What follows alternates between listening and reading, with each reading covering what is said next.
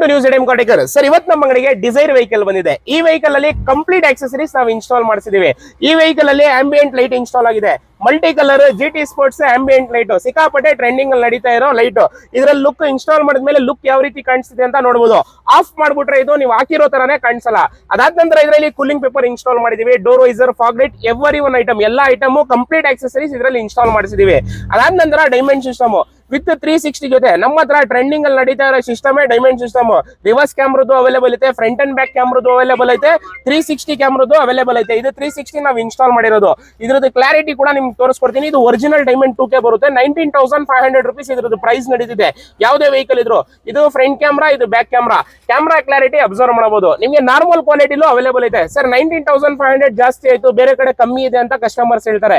ಬೇರೆ ಕಡೆ ಕಮ್ಮಿ ಇರೋದು ಅದು ನಿಮಗೆ 2K ರಿಸರ್ವೇಶನ್ ಬರಲ್ಲ. ನಾರ್ಮಲ್ ಕ್ವಾಲಿಟಿ ಸಿಸ್ಟಮ್, ಆ ಸಿಸ್ಟಮ್ ನಮ್ಮ ಹತ್ರನೂ ಅವೈಲೇಬಲ್ ಇದೆ. 15,000 rupees ನಾವು ಇನ್ಸ್ಟಾಲ್ ಮಾಡ್ಕೊಡ್ತಾ ಇದೀವಿ. 14.5 ಇನ್ಸ್ಟಾಲ್ ಮಾಡ್ಕೊಡ್ತೀವಿ. ಬಟ್ ಕ್ವಾಲಿಟಿ ಈ ತರ ಬರಲ್ಲ.